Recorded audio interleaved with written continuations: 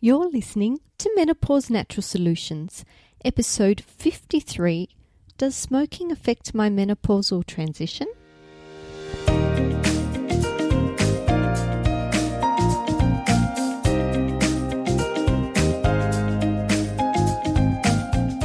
Welcome to Menopause Natural Solutions, your podcast for all things perimenopause and menopause related.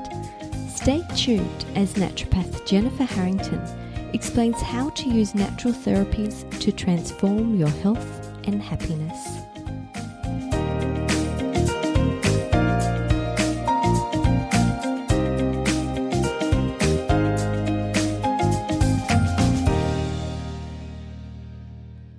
Hello and welcome back to another episode of Menopause Natural Solutions. How are you doing out there? I'm pretty well. I spent the day on the beach with my dog and a dear friend. I highly recommend that as a wonderful way to pass your day. Hopefully you're doing something equally as gorgeous and relaxing as that. Today's topic is on smoking. And the question is, does smoking affect my menopausal transition? What do you think? I'm sorry to say it absolutely does affect your menopausal transition, and in a negative way. So first of all, let me say, if you are a smoker, I have never been a smoker, so I haven't personally had to try and quit, but I have watched family and friends and patients try to quit smoking.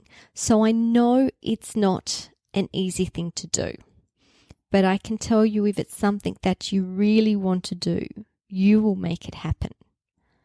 So anyway, after today's discussion, if you are smoking, hopefully it's ammunition to help you quit. Now, if you're not a smoker, you can skip this one, but I encourage you not to, just because you may have family or friends or other women that need to hear this information. So feel free to share it and send it directly to them if this is something that they need to hear.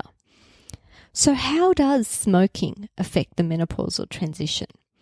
It does this by lowering estrogen levels, and there are 3 suggested mechanisms for this. One is that polycyclic hydrocarbons found in cigarettes can destroy ovarian germ cells, and this can cause premature ovarian failure.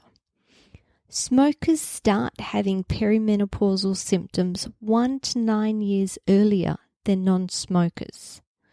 And the earlier you start menopause, the more health risks you're exposed to later on in life, because estrogen is so protective. It's protective against osteoporosis, it's protective against cardiovascular disease.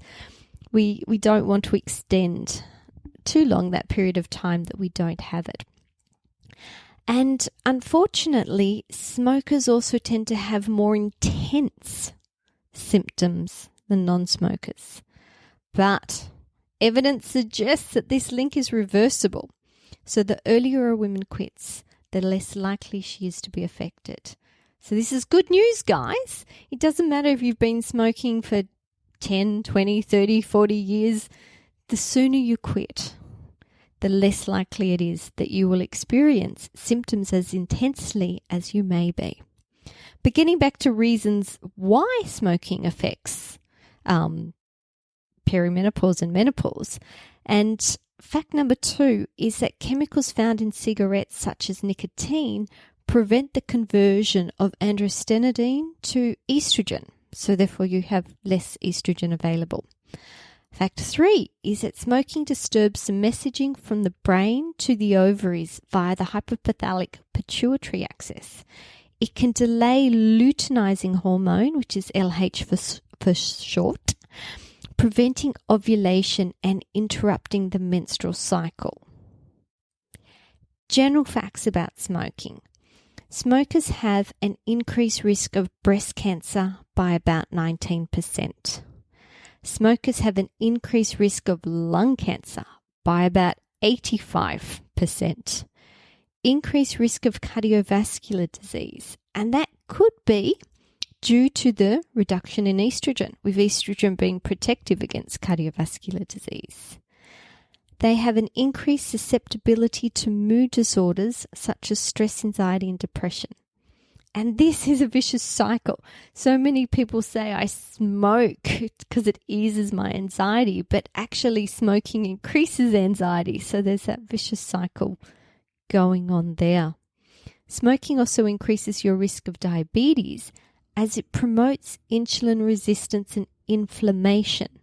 In fact, smokers are 30 to 40% more likely to get type 2 diabetes than non-smokers. Now, that is a really interesting fact. Finally, smoking increases your risk of premature aging. Smoking can make your skin drier with less elasticity. Most smokers develop more wrinkles, more lines around their mouth, increased pigmentation, greyish skin tone, discoloured fingers, and yellow teeth. So, hopefully you found a reason in amongst all of that to quit. If you need help, seek help. Your family doctor can help you with pills and patches. Maybe you want to try hypnotherapy. There is zero judgment on how you quit. All I want is that you have a desire to quit, because that's the most important part. If you don't want to quit, you're not going to quit. If you want to quit, you will find a way to make it happen. I believe in you. You can do this.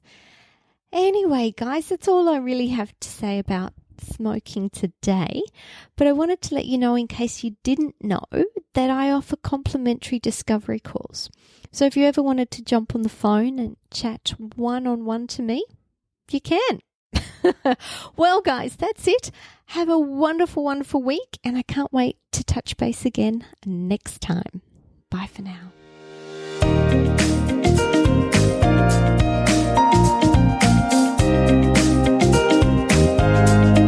Thank you for listening to Menopause Natural Solution.